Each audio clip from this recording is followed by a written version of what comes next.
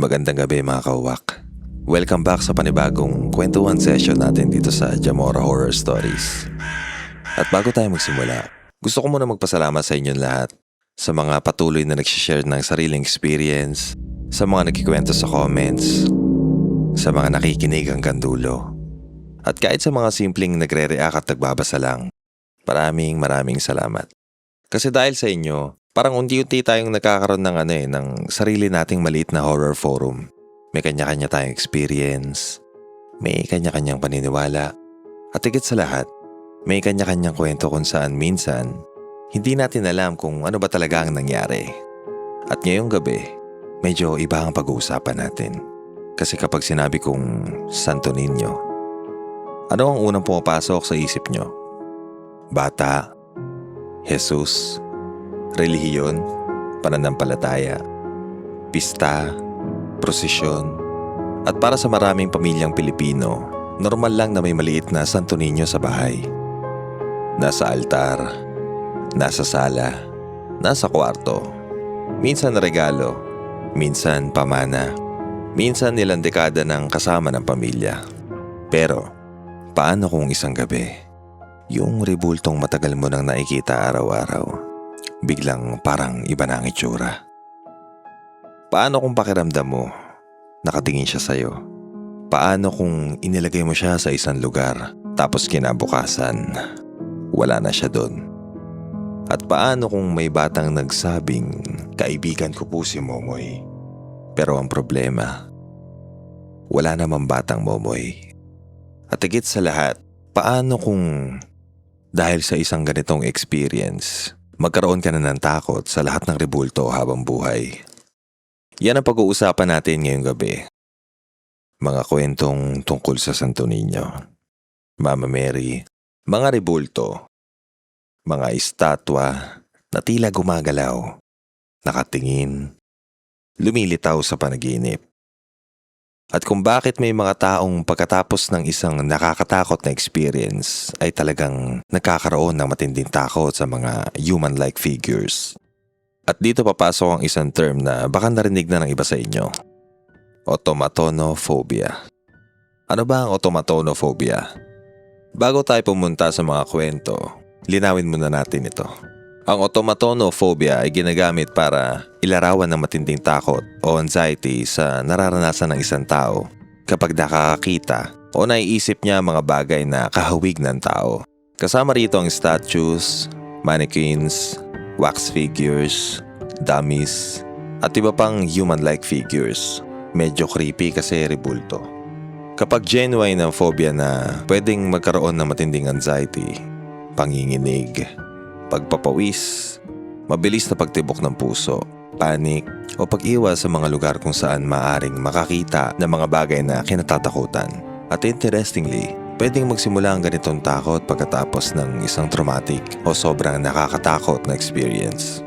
Halimbawa, bata ka, nasa kwarto ka, may rebulto sa corner. Tapos, isang gabi, may nangyari na hindi mo maipaliwanag. Kahit wala kang makita ulit pagkatapos nun, pwedeng ma-associate ng utak mo yung rebulto sa danger. Kaya pagdating ng panahon, kahit ordinaryong rebulto lang, automatic na yung reaction. Takot, pangingilabot, pag-iwas. At yun mismo nangyari sa ilan sa mga taong nag-share ng kwento natin ngayong gabi. Pero syempre, dito sa Jamora Horror Stories, hindi natin sasabihin na lahat ng nangyari ay paranormal. Hindi natin alam kung alin ang may natural explanation. Hindi rin natin masasabi na ang isang rebulto ay talagang pinamumugaran ng espiritu. Ang gagawin natin, papakinggan natin ang kwento. At kayo na ang humusga. Unang kwento muna tayo. Ito yung klase ng kwento na hindi naman agad nakakatakot. Pero habang iniisip mo, mas lalo siyang nagiging creepy. Ayon sa isang online story, noong bata pa ang narrator, may kakaibang nangyari sa kanyang kapatid. Toddler pa lang daw yung bata noon. Isang araw, sinabi nito sa kanilang nanay na may darating daw siyang kaibigan. Ang pangalan, Momoy. Simple lang, pero may problema. Kakalipat lang kasi nila ng bahay at wala namang kilalang batang Momoy ang nanay niya sa lugar. Kinabukasan, may biglang malakas na kumatok sa pintuan. Pagbukas ng nanay nila, wala siyang nakitang batang bisita. Walang tao. Ang nakita niya ay isang Santo Niño. At dito naging kakaiba. Dahil na makita ng bata ang Santo Niño, bigla itang tumakbo papunta doon at masaya niyang tinawag na Momoy! Parang matagal na silang magkakilala. Parang kaibigan niya talaga. Sinubukan ng nanay na alamin kung sino ang nagdala ng rebulto. At kalaunan, bumalik yung seller. Sabi ng seller, dumaan daw siya kanina. Kakatok sana, pero hindi. Ayon sa kanya, wala raw sumagot sa pinto kaya iniwan na lang niya sa labas. At sinabi pa niyang alam niyang may batang nasa loob ng bahay na maaaring magustuhan yun. Ang pinaka-weird, yung bata mismo. Bago pa makita ng pamilya yung Santo Niño, sinabi ng may darating na si Momoy. Hanggang ngayon, buhay pa rin ang pangalan na yon sa pamilya. Tinawag nilang Momoy yung Santo Niño. At minsan, sinusuotan pa nila ito ng mga lumang damit ng bata. Lumipat sila sa ibang lugar noon. Pero nang makuha nilang muli ang dating bahay, nandun pa rin ang rebulto. At si Momoy, nandun pa rin. Ngayon, natural explanation? Pwedeng coincidence. Pwedeng may narinig na pangalan ng bata. Pwedeng may ibang pinanggagalingan ng idea. Pero kung ikaw ang nanay at sinabi sa'yo ng toddler mo na may darating na kaibigan, tapos kinabukasan may Santo Niño sa labas at siya mismo ang tumawag dito na Momoy, hindi mo rin siguro agad makakalimutan yun. Next story, ito naman, hindi Santo Niño, Mama Mary. Noong bata pa raw ang narrator, mga 5 to 6 years old, nakatira sila sa isang inuupahang bahay. May lumang rebulto ron na Mama Mary, mga 2 feet ang taas. At dahil sobrang luma na, wala na halos pintura. Gray na parang semento na siya. At mas creepy pa, wala na itong mga mata. Hollow na lang. Isang gabi, nagising yung bata at sa dilim, may nakita siyang 2 bilog na mapuputing kumikinang. Noong una, na-amaze pa siya, parang glow in the dark na toy. Pero nang masanay ang mata niya sa dilim, doon niya napagtanto, hindi pala ilaw yung nakikita niya. Yung rebulto ng Mama Mary at wala nang dapat matayang rebulto, hindi niya na maalala kung ano ang mga sumunod na nangyari. Ang naalala niya, nagising siya kinabukasan na nilalagnat. Nilagyan siya ng nanay niya ng malamig na bimpo. Dahil natakot ang nanay niya, inilabas niya sa bahay yung rebulto bago matulog. Pero kinabukasan, bumalik. Nasa loob ulit ng bahay. Tinanong nila ang lola. Tinanong nila ang landlady. Walang umaamin na nagbalik nito. At habang tumatagal, mas dumadami pa raw ang mga kakaibang nangyayari. Nananaginip ang nanay niya ng isang babaeng nakaitim. At sa panaginip, sinabihan daw siya na kailangan nilang umalis. Kung hindi, may kukunin sa pamilya. At may isa pang panaginip kung saan nakita ng nanay niya na bumubuhos ang tubig sa kusina. Pagkagising nila, totoong baha ang kusina. Doon na nila napagdesisyon ng umalis sa bahay. Level 1 pa lang tayo mga kawak ha. Pero alam kong may ilan sa inyong nakikinig ngayon na nagsisimula na tumingin. Sorry, natatawa ako. Sisimula na tumingin sa sarili niyong mga altar. May isa pang nagkwento tungkol sa bahay ng kanyang auntie. Maraming rebulto doon. Mga Catholic statues. May Buddhist statues. Magkahiwalay yung mga altar. Noong mga 5 years old pa siya, napatingin siya sa altar ng Chinese gods at may napansin siya. Kahit saan daw siya pumwesto, parang nakatingin sa kanya yung mga mata. Nagpalipat-lipat siya ng posisyon, pero ganun pa rin. Pakiramdam niya, sinusundan siya ng tingin at ganoon din daw ang nararamdaman niya kapag tinitingnan niya yung mga Santo Niño. Noong gabing yun, nilignat siya. At simula noon, hindi na siya naging komportable sa mga rebulto. Hindi lang Santo Niño, kahit anong rebulto. At alam niyo yung interesting dito. Hindi naman gumalaw yung rebulto. Walang nagsabing nagsalita, walang tumakbo, walang lumitaw. Ang nangyari lang, parang tumitingin. Pero alam niyo mga kawak, minsan yun na mismo yung pinaka nakakatakot eh. Okay mga kawak, level 2 na tayo. At dito na magsisimula ang mga kwentong may actual movement o mga experience na mahirap talagang kalimutan. May isang teenager na nagkwento tungkol sa New Year's Eve. Magulo ang family situation niya noon kaya mag-isa siyang nasa sala. Nakahiga siya sa sofa. Sa tapat ng paa niya, may maliit na mesa. At sa mesa, may rebulto ng Santo Niño. Nagpapatugtog lang siya habang kumakanta. Hanggang sa bigla niya naramdaman. Hindi siya believer sa paranormal. Kaya imbis na tumakbo, tinitigan niya. At doon niya napansin, parang ibang ekspresyon ng Santo Niño. Sabi niya, parang naka-side eye at may smirk. At ang timing, yung kanta niyang pinapatugtog doon, yung kanta ni Lady Gaga na Judas. Baka raw ayaw ng Santo Niño sa kanta.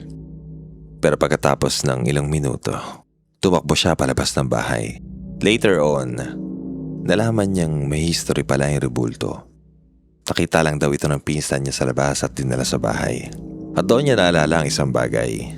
Noong bata pa siya, naglalaro sila ng hide and seek. Nagtago siya sa isang storage room. At may nabangga siyang bagay. Yung Santo Niño pala. At ang ulo nito, nabiyak. Dahil natakot siya, siya na lang ang nagayos. Hindi niya sinabi sa pamilya. Kaya sa isip niya, baka ito ang dahilan kung bakit siya tinititigan ng rebulto years later. Baka joke lang, baka imagination lang, o baka may sariling interpretasyon ng Santo Niño sa ginawa niya. Ito naman ay galing sa isang kauwak natin. Noong teenager pa siya, nasa Pampanga sila. Probinsya, bahayan sa gitna ng bukid. Kaunti ang kapitbahay. At bandang 6:00 pa lang ng gabi, halos wala ng tao sa labas. May lumang Santo Niño sila sa bahay. Sira na, putol ang kamay, may basag ang ulo. Pero hindi itinapon ng lola niya dahil mahalaga raw ito sa kanya.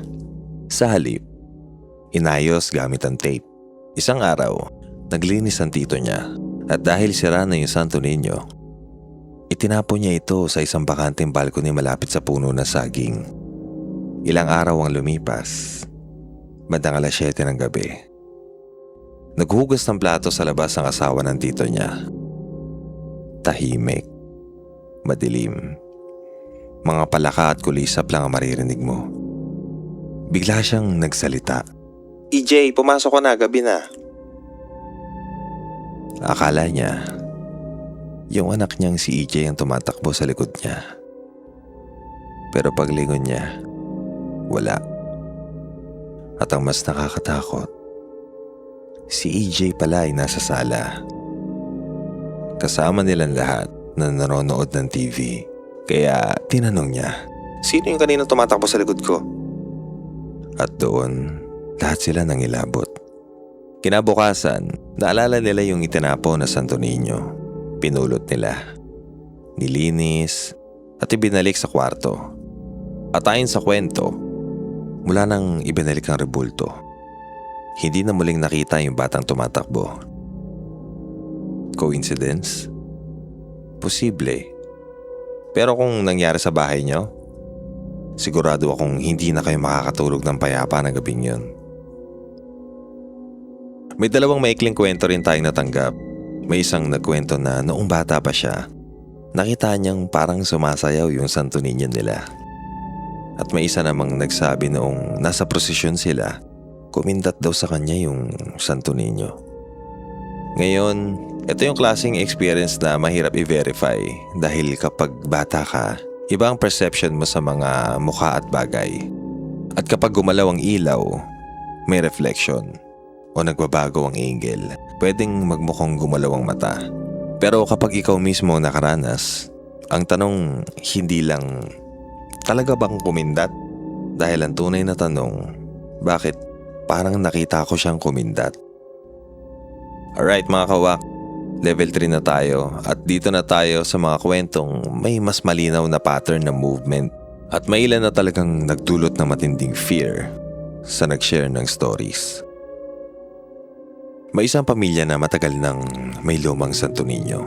Sobrang tagal na. Mula pa raw bago mag 1990s.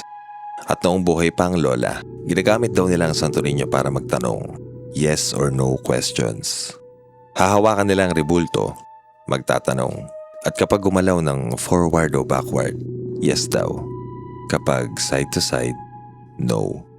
Hanggang sa mga sumunod na taon, ginagawa pa rin ito ng pamilya. May mga tanong tungkol sa relationships, trabaho, exams, future. At interestingly, may mga pagkakataong tumatama, pero may mga pagkakataon ding hindi. Kaya kahit sila mismo, hindi nila masabing reliable. At ito ang mahalagang point dahil hindi lahat ng kakaibang movement ay automatic na paranormal.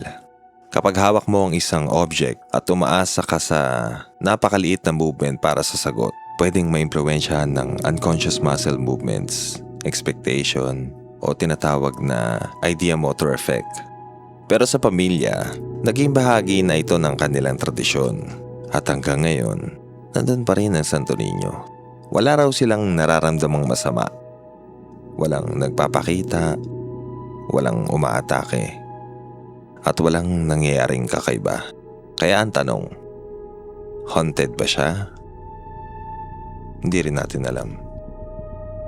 Ito ang next story natin. May isang college student naman na nagbabantay sa kanyang lolo sa ospital. Umuwi siya para kumuha ng damit at ibang gamit. Dumaan muna siya sa tindahan ng pamilya at malapit sa maliit na TV, may Santo Niño. Habang paalis siya, biglang nahulog ang rebulto.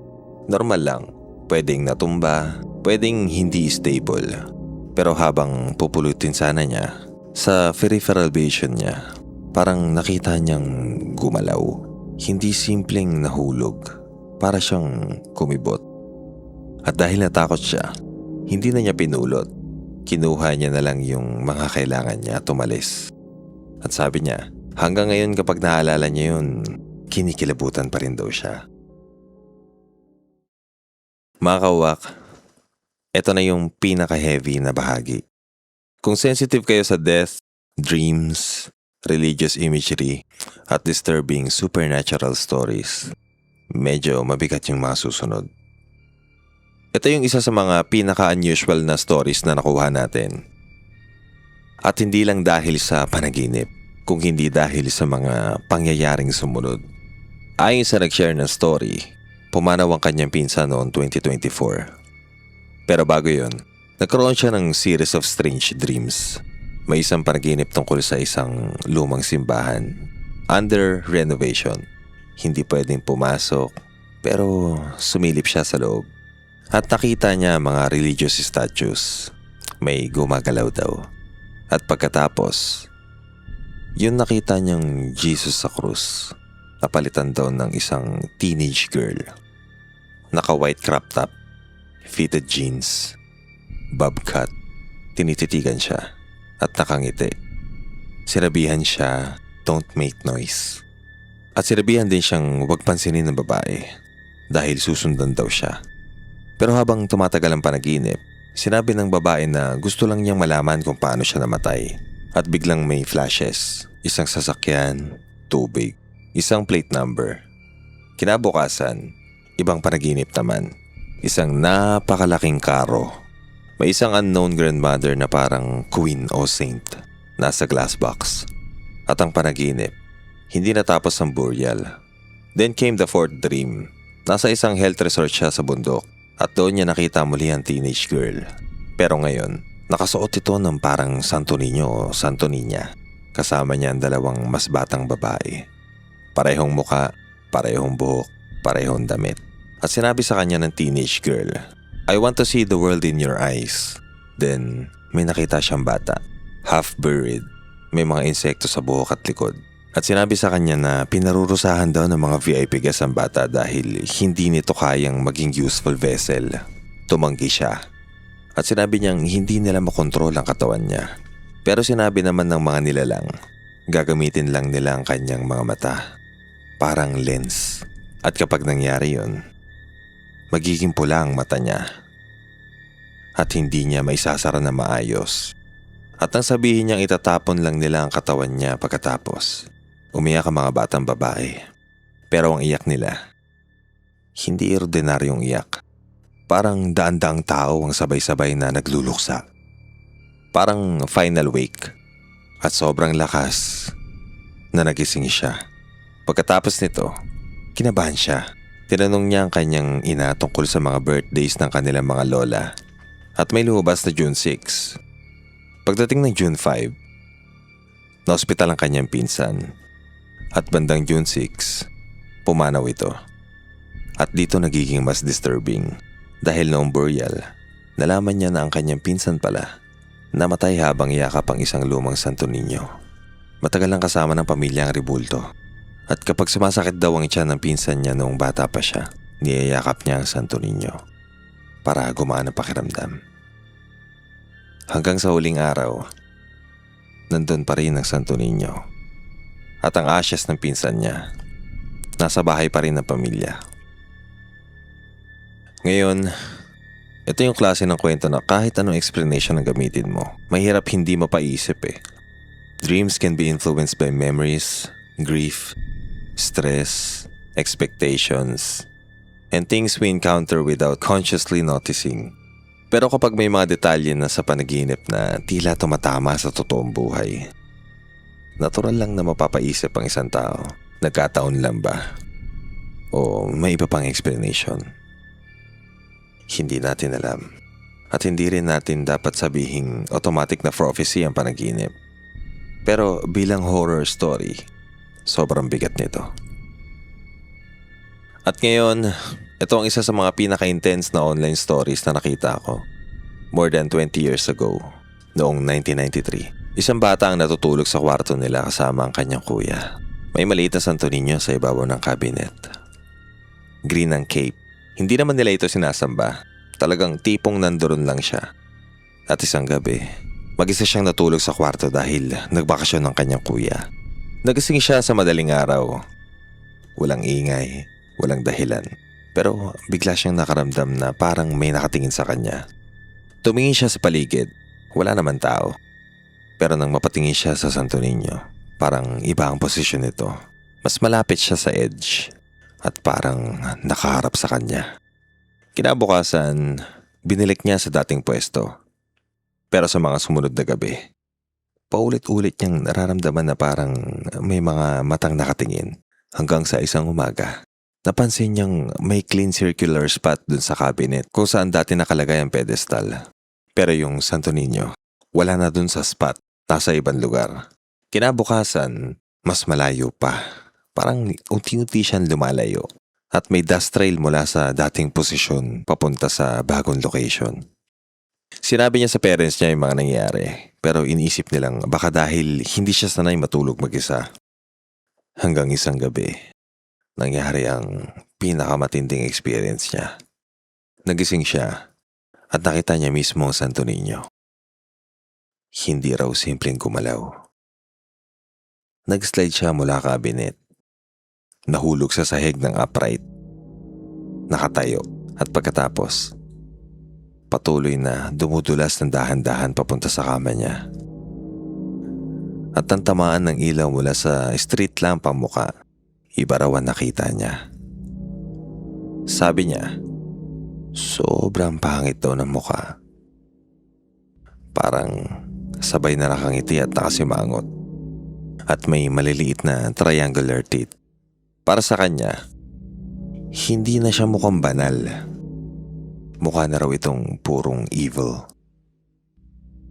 Tumakbo siya papunta sa kama ng kuya niya. Ginising niya.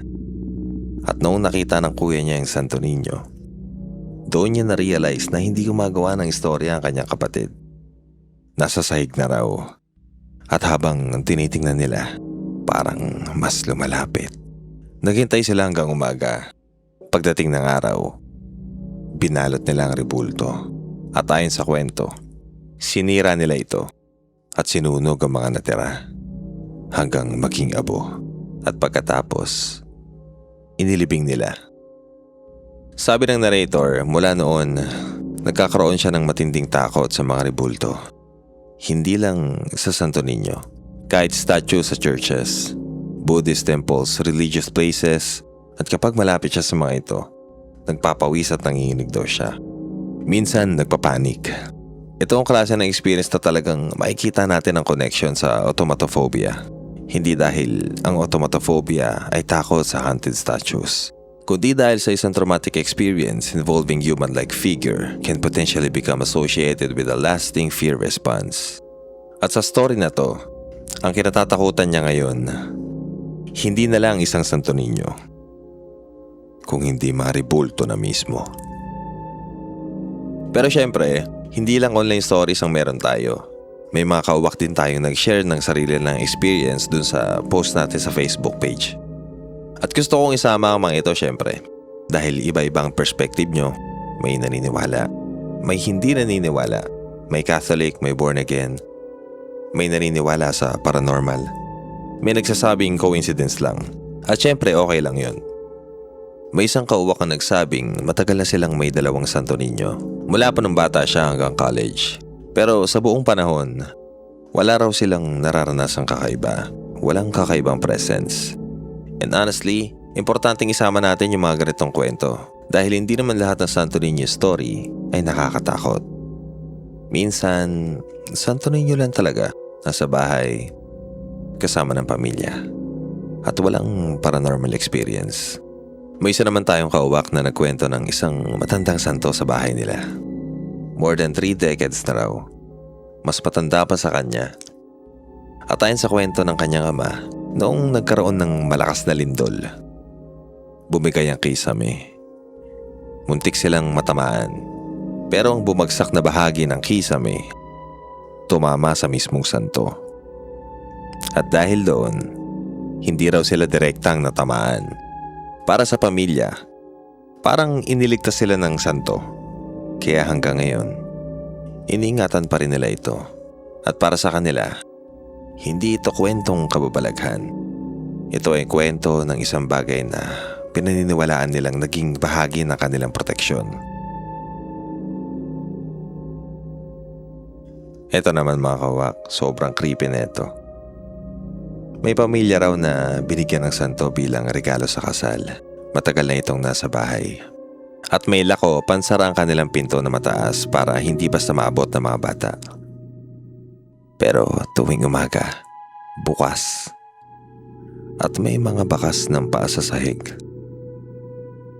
Ang mas creepy, yung asawa niya noon, paulit-ulit nakakakita ng batang nakasanto. May hawak na bola. Tumatakbo. Na nakayapak. Parang kapareho ng itsura ng Santo Niño nila. At minsan, siya mismo nakakita. May bola, may patpat.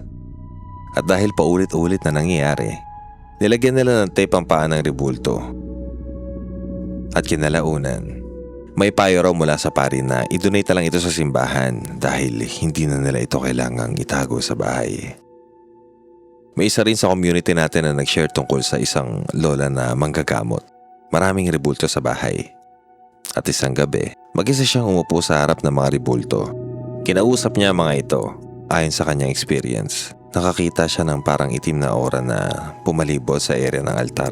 At nang tuluyang masira ang bahay ng kanyang lola nung kasagsagan ng bagyo, maraming rebulto ang halos nasira. Pero sa kanya, may spiritual explanation. Pero para sa iba, baka construction, material, angle ng pagkakahulog o coincidence. Pero ang importante, yun ang personal experience niya. Mga kauwak, marami sa comments nyo, may religious interpretation. May nagsasabing ang mga rebulto raw ay pwedeng pamahayan ng spirits. May nagsasabing hindi. May nagsasabing bawal ang pagsamba sa images. May nagsasabing bahagi ito ng kanilang devotion. May nabanggit pa nga sa pelikula tulad ng Seclusion at iba pang horror stories na gumagamit ng religious statues bilang central element. Pero mga kawak, mag-ingat tayo sa isang bagay. Huwag natin gawing fact ang isang belief.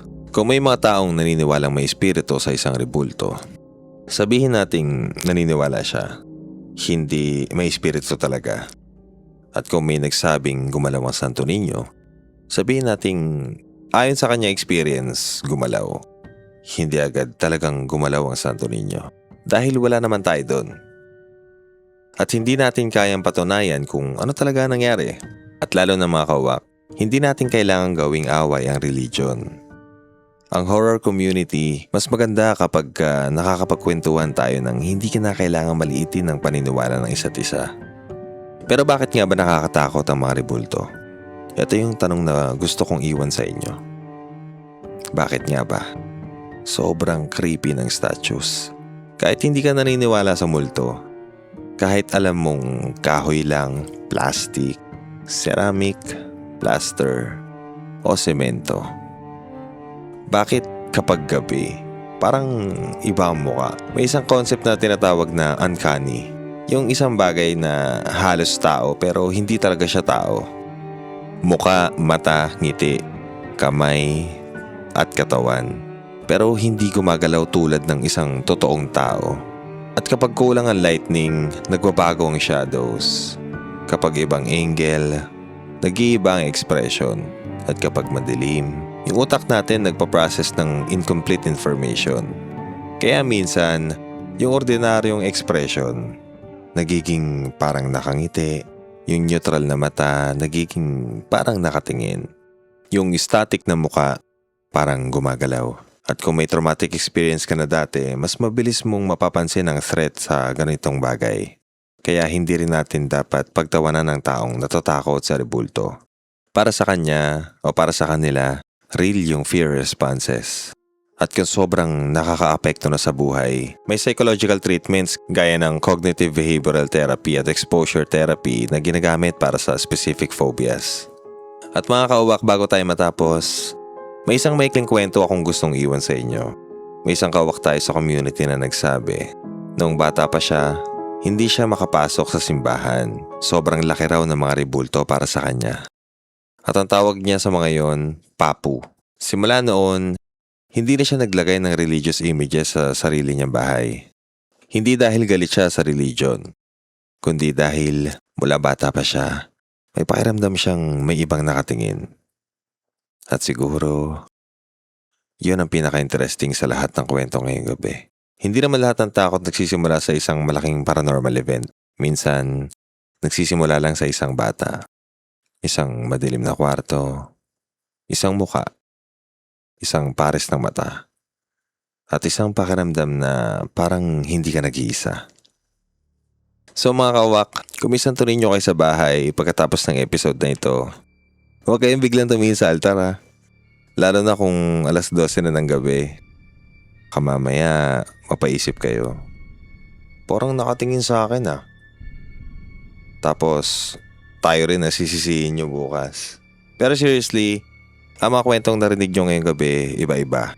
May mga taong nakakita raw ng movement, may nakaramdam ng presence, may nakakita ng batang tumatakbo, may nanaginip, may nagsabing nakatitig ang rebulto. May nagsabing wala naman nangyari kahit ilang dekada nang nasa bahay nila ang rebulto. At may mga taong pagkatapos ng isang experience, hindi na muling naging komportable sa mga rebulto. At dito gusto kong iwan ang isang tanong sa inyo. Naniniwala ba kayo na posibleng magkaroon ng paranormal activity na konektado sa isang rebulto? O sa tingin nyo, ang utak lang natin ang gumagawa ng ibang interpretasyon kapag takot tayo? At kung may Santo Niño o religious statues kayo sa bahay, may experience ba kayo na hindi nyo makalimutan? Gumalaw, kumindat, nawala sa pwesto, may narinig, may nakita, o baka naman wala talaga nangyari at normal lang talaga. I-comment nyo kahit mahaba, kahit maikli. At kung ayaw nyo gamitan ng pangalan nyo, okay lang. Pwede kayong mag-send ng email kung gusto nyo maging anonymous sa mga susunod nating episode. Dahil baka yung kwento nyo ang maging susunod nating mapag-usapan dito. At kung nakikinig kayo ngayon ng mag-isa, lalo na kung madilim ang kwarto, huwag kayong mag-alala. Hindi natin alam kung may nakikinig din. Pero kung biglang may narinig kayong kaluskos, huwag agad tumakbo. Baka pusa lang. O baka may Santo Niño nang gustong sumali sa podcast. Ako si Jamora at ito ang Jamora Horror Stories. Magandang gabi mga kawak. Mag-ingat kayo lalo na't ngayon. Sobrang maulan. At tandaan, Hindi lahat ng bagay na hindi natin maipaliwanag ay automatic na paranormal. Pero minsan, yun mismo ang dahilan kung bakit mas nakakatakot.